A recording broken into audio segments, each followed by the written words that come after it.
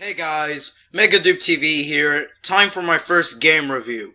I say, what better way to start than talk about one of my favorite games for the Super Nintendo, Super Punch-Out. Honestly, I don't see many people talking about this game. I think that this is one of the best games on the system, and I actually, believe it or not, like it a little bit more than the famous NES game, Mike Tyson's Punch-Out. Now hold up everybody. Don't get me wrong, I absolutely love Mike Tyson's Punch-Out, and I think it's one of my favorite games on the NES.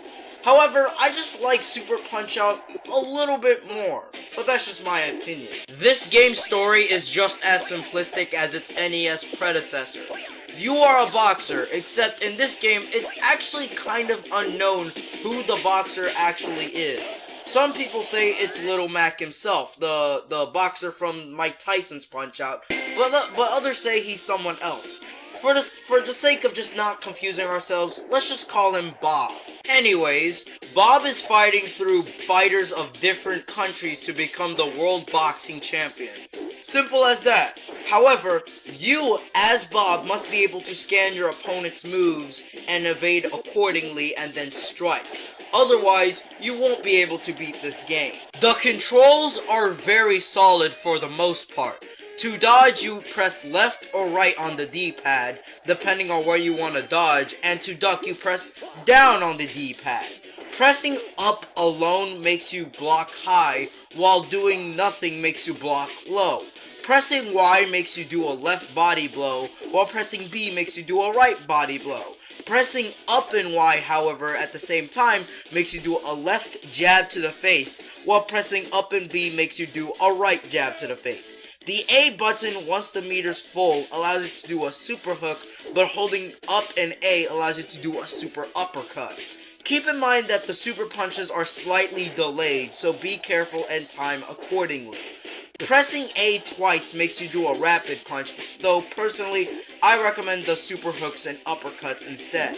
The graphics for this game are really good, and it really looks like a solid arcade game. There are actually some things they changed from the original NES game. First off, in the NES game, you needed to press down twice in order to duck, but in this game, you only need to press it once.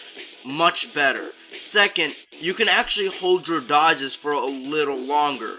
This comes in really handy when the opponent does a delayed punch or you mistime your dodge. Mistime?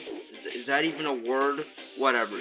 Another thing they added is, in this game, you can block high or block low, unlike the NES game where you only just block. And blocking doesn't damage you slightly anymore. Some moves in this game can only be dodged a specific way, unlike the NES game where you just dodge and you'll be able to evade the move. This is the reason why I prefer this game more, because it adds a little bit more challenge to the thing. That said, this game is still significantly easier than the NES game, which is the reason why I think a lot of people like the NES game more. The music for this game is decent, but not as catchy as the original NES theme.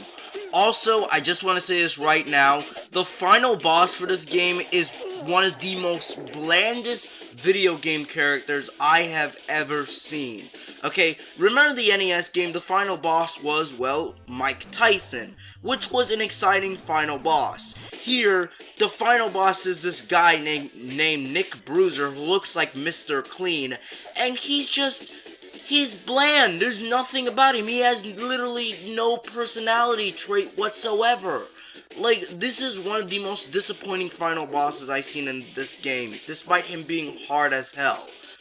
Oh well, once you beat this game, you obviously get the credits, and I would say that Super Punch-Out is a very solid game with solid controls and very fun gameplay. I would recommend checking out this game out, or at least, playing it on an emulator, because it's a really good game.